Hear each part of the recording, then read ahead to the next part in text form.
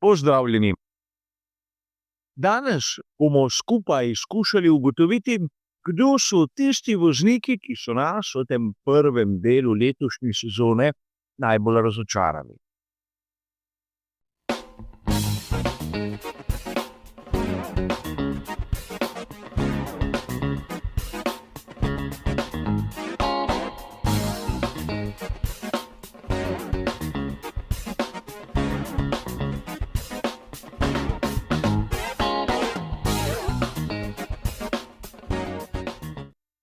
Preden vam predstavim izbor tistih, ki so po mojem najbolj razočarali na začetku letošnje sezone, bi rad poudaril 3 pomembne točke.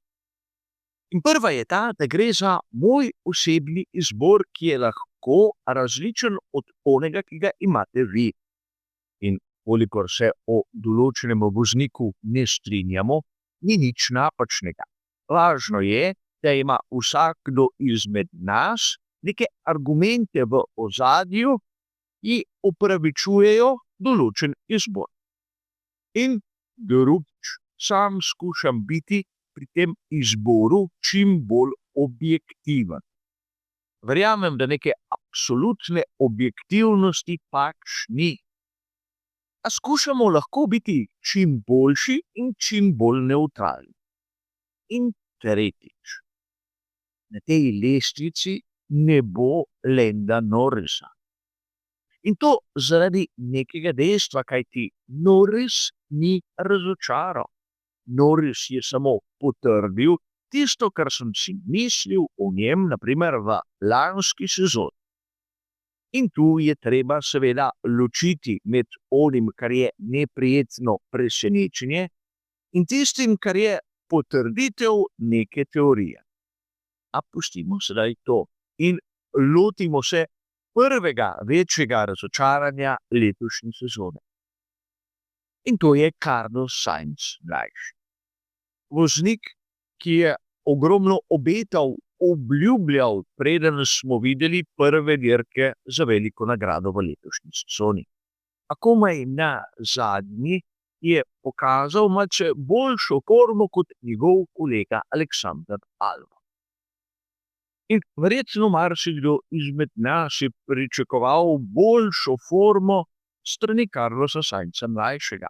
Verjamem, da bo v naslednjih dirkah pokazal še boljše rezultate, ampak za tisto, kar smo videli na teh prvih 5 dirkah, in ne smemo pozabiti še na tisti sprint velike nagrade Kitajske, Carlos Sainz mlajši razočaran. In tu ne smemo pozabiti na nekoga, ki je zmeraj na lestvici favoritov mnogih navdušencev. In seveda govorim o Fernandu Alonso. Fernando Alonso, ki smo ga videli na začetku letošnje sezone, zagotovo ni podoben tistemu, ki smo ga morda videli na začetku sezone 2022. Aston Martin seveda je izgubil ogromno tiste tehnične prednosti, ki jo je imel, ampak vseeno tudi Fernando Alonso kaže bistveno slabše predstave od onih, ko smo ga gledali skoraj na vsaki dirki na zmagovalnem odru. In tu bi rad poudaril neko točko, ki bo verjetno za marsikoga izmed vas tudi rahlo boleča. Fernando Alonso tega trenutka ni dosegel še niti ene točke svetovnega prvenstva Formule 1. Medtem ko Lance Stroll jih ima na svojem računu kar 10. Govorimo o Lanceu Strollu, ki je, kot mnogokrat poudarjam, soliden voznik, ampak nič posebnega. Torej, tudi Fernando Alonso, podobno kot Carlos Sainz mlajši, bo moral pokazati bistveno več v nadaljevanju in bodimo iskreni, dokaj hitro. Drugače bo morda tudi izgubil tisti status, ki ga ima znotraj Aston Martina. Ne rabimo takega Alonsa, če je, bodimo iskreni, en strol boljši. Nekdo, ki se nahaja venomer pod radarjem, je zagotovo Jake Doohan. Verjetno se marsikdo izmed vas spomni, da je bilo kar nekaj govoric o tem, da bo njegova kariera v Formuli 1 izjemno kratka, da ima pogodbo le še za omejeno število dirk, da vkolikor ne bo pokazal nekaj izjemnega, ga bo zamenjal, na primer Franco Colapinto.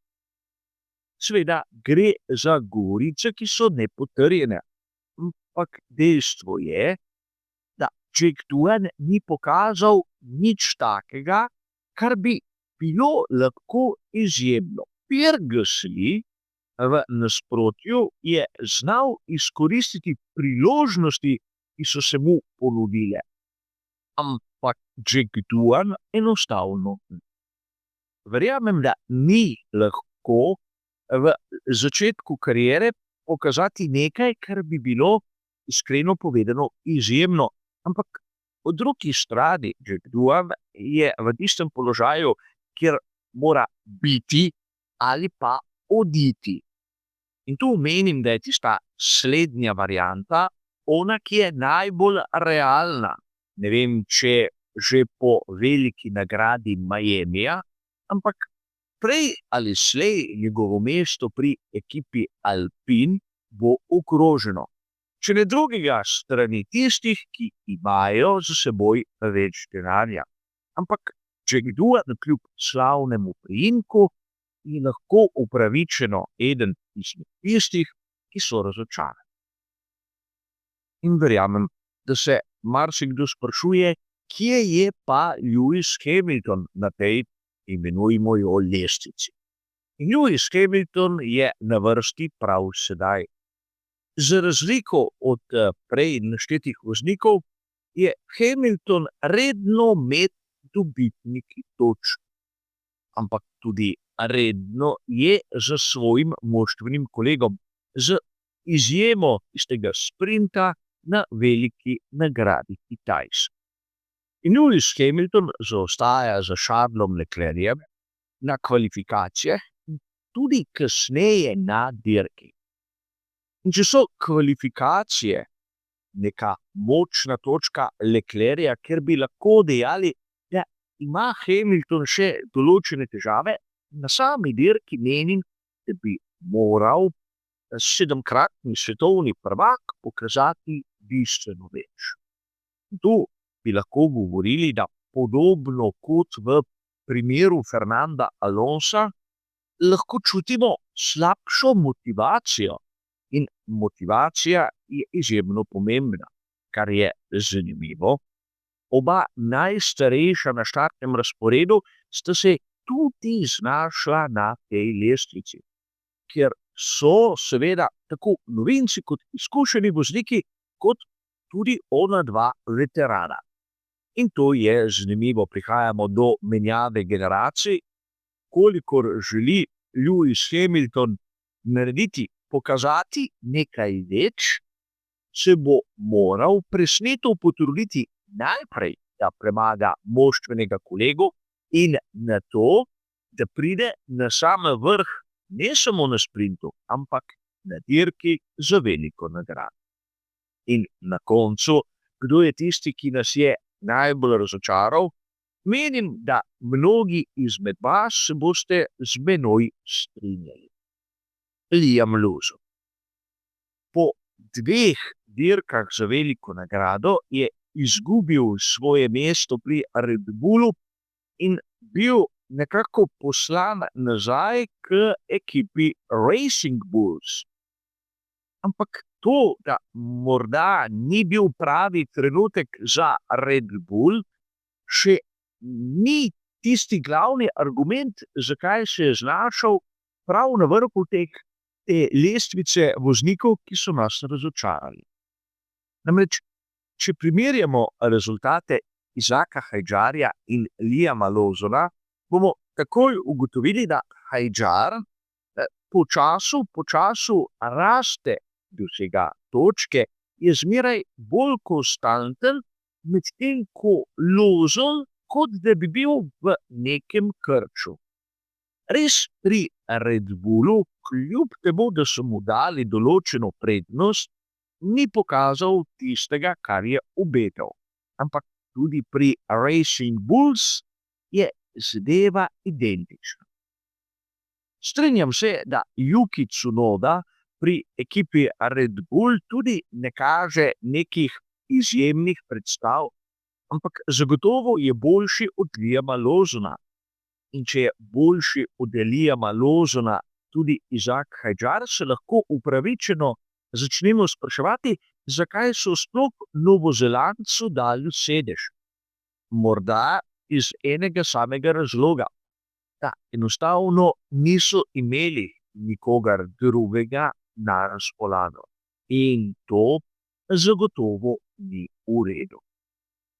A konec koncev, to je moja osebna lestvica tistih, ki so me na prvih 5 velikih nagradah malce razočarali. Kakšno mnenje imate pa vi, si bomo povedali v samih pripombah. Ampak za danes je to vse. Hvala za vašo pozornost in nasvidenje.